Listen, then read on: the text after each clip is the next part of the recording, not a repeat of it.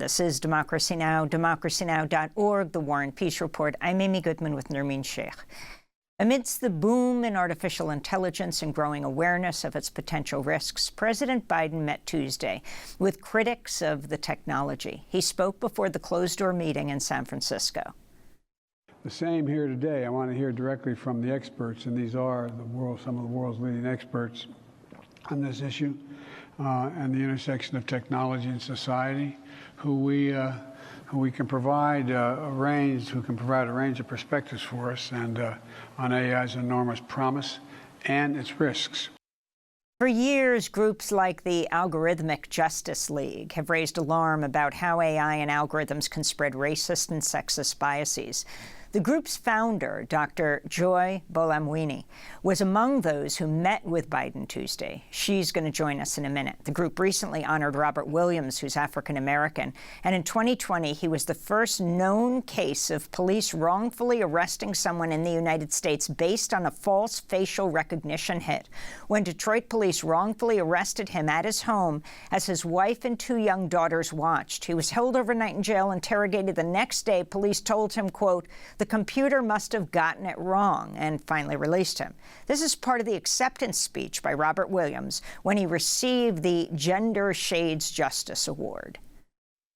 I just want to say to anybody who's listening at this point, I guess, just to have the opportunity to let my story be a forewarning to the rest of the world that if it happened to me, it could happen to you, right? I just was a regular. I was at work and was trying to get home, and I got arrested for something that had nothing to do with me, and I wasn't even in the vicinity of the crime when it happened, right? So it's just that I guess the way the technology is set up, everybody with a driver's license or a state ID is essentially in a photo lineup. For more, we're joined in Boston by Dr. Joy Buolamwini, founder of the Algorithmic Justice League, just back from that meeting with President Biden on artificial intelligence in San Francisco. She's also featured in the documentary Coded Bias. Dr. Joy Buolamwini, welcome back to Democracy Now! You posted on Twitter before meeting with President Biden that you were looking forward to the meeting to talk about the dangers of AI and what we can do to prevent harms already impacting everyday people like mortgages and housing in need of medical treatment, encountering workplace surveillance, and more. I assume, and more, you're talking about issues like this, kind of false racial, facial recognition based on AI. Can you talk about the Williams case and so much more, what you discussed with President Biden? Absolutely. Thank you so much for having me. I am actually hopeful after this roundtable with President Biden, because we started the conversation really focused not just on what AI can do, which we've heard a lot about, but centering how it's impacting real people like we saw with Robert Williams. With the Robert Williams case, what we saw was a case of AI-powered biometrics leading to a wrongful arrest. So the research that I've done and many others have done as well has shown documented racial bias, gender bias, and other types of biases in facial recognition systems. And when these systems are used in the real world, like we saw with the Robert Williams case, you actually have consequences. So for Robert to be arrested in front of his wife and in front of his two young daughters, you cannot erase those sorts of experiences. And then to be sleeping on a cold slab for 30 hours with just a filthy faucet as a water source. So these are the types of real world harms that are concerning. And it's also not just on race, right? We have examples of hiring algorithms that have been showing sexist hiring practices then being automated in a way that appears to be neutral. You have people being denied life-saving health care because of biased and inaccurate algorithms. And so I was very excited to see the Biden administration putting the real world harms in the center of this conversation. And Joy, if you could just explain, how is it that AI has been has these kinds of biases, because of course AI can only reflect what already exists. It's not coming up with something itself. So who are the programmers? How is it that these biases, as you say, not just on race, although particularly on race, but also gender and other issues, how are they embedded within AI systems?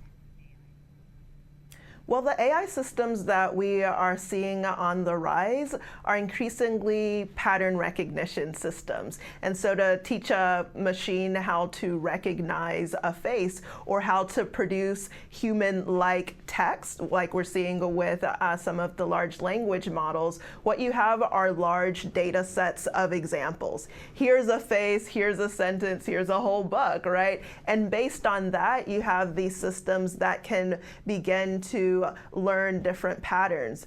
But if the data itself is biased, or if it contains stereotypes, or if it has toxic content, what you're going to learn is the good, the bad, and the ugly as well when it comes to large language models, for example.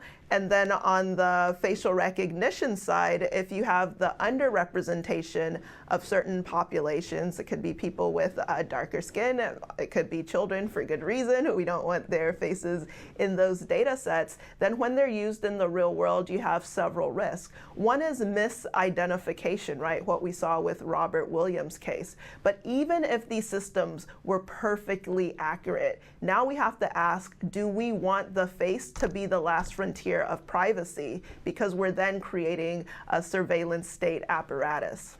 Well, Joy, let's go to a clip from A Coded Bias, the film, a documentary film that you're featured in.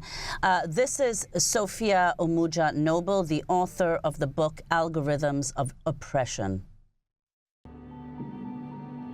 The way we know about algorithmic impact is by looking at the outcomes.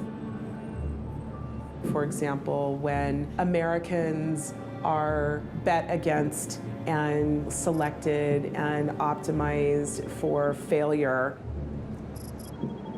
So it's like looking for a particular profile of people who can get a subprime mortgage and kind of betting against their failure and then foreclosing on them and wiping out their wealth. That was an algorithmic game that came out of Wall Street. During the mortgage crisis, you had the largest wipeout of black wealth in the history of the United States. Just like that. This is what I mean by algorithmic oppression. The tyranny of these types of practices of discrimination have just become opaque. So that's a clip from Coded Bias, a documentary by Shalini Kantaya, which you're featured in. Your comments, Joy?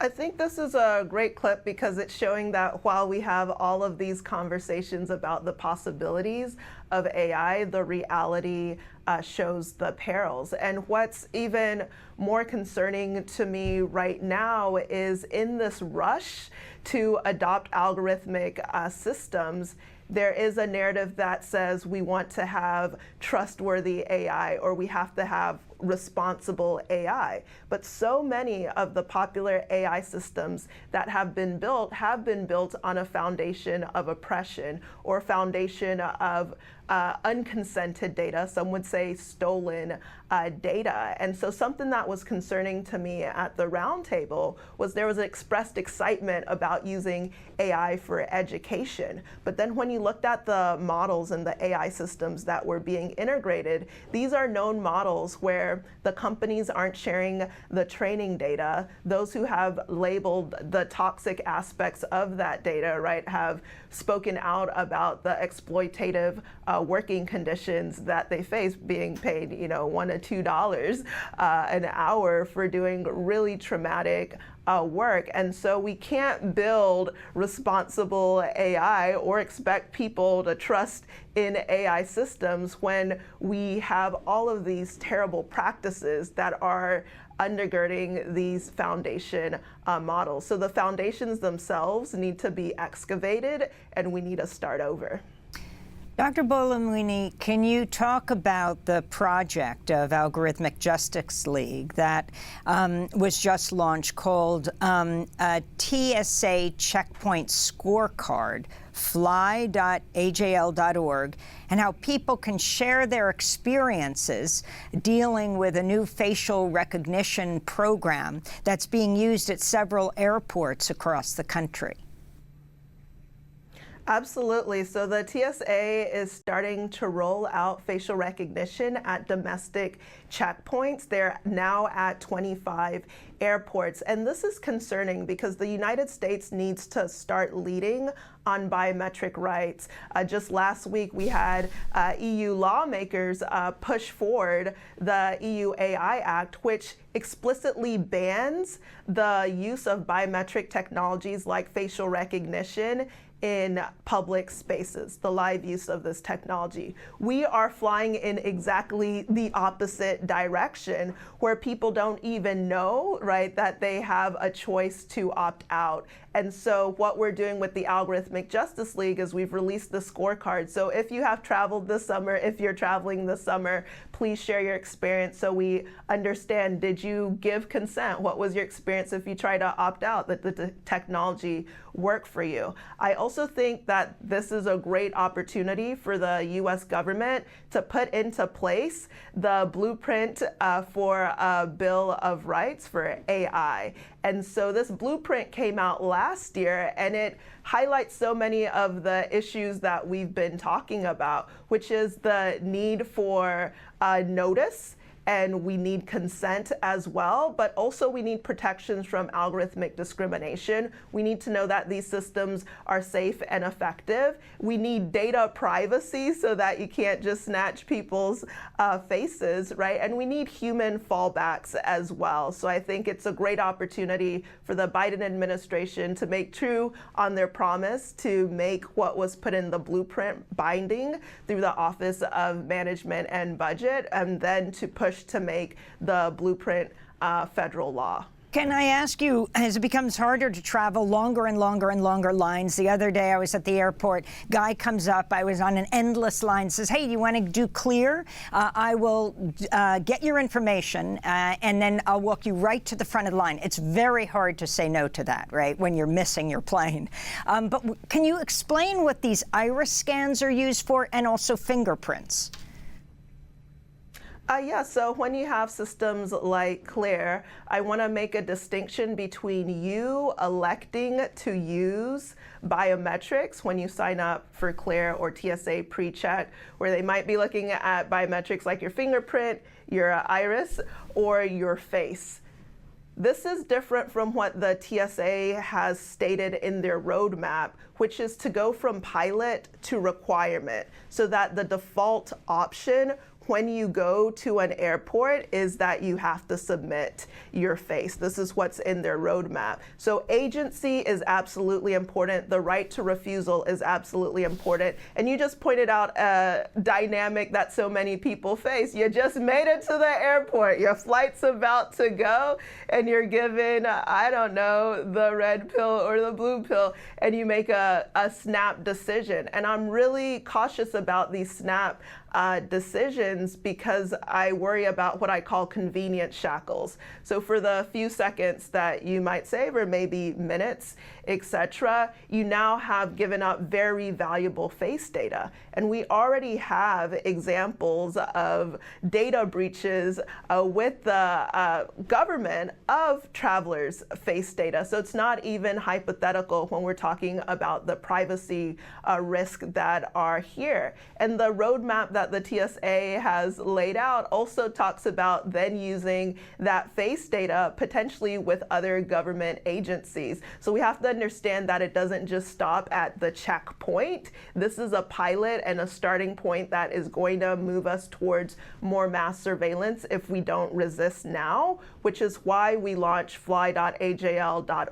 That way you can let your voice be heard. You can let your experiences be documented. And it's also not the case case, for example, if your face has already been scanned, that there's nothing that can be done. Meta, Facebook deleted over 1 billion face prints after a $650 million settlement for violating the Biometric Information Privacy Act of Illinois. This is to say laws do make a difference. And again, I do think the U.S. has an opportunity to lead when it comes to biometric protections, but we are going in the opposite direction right now. So I would call for the federal government to halt TSA's pilot of domestic facial recognition technology at checkpoints. And if you've been subjected to it already, let us hear your story, fly.ajl.org.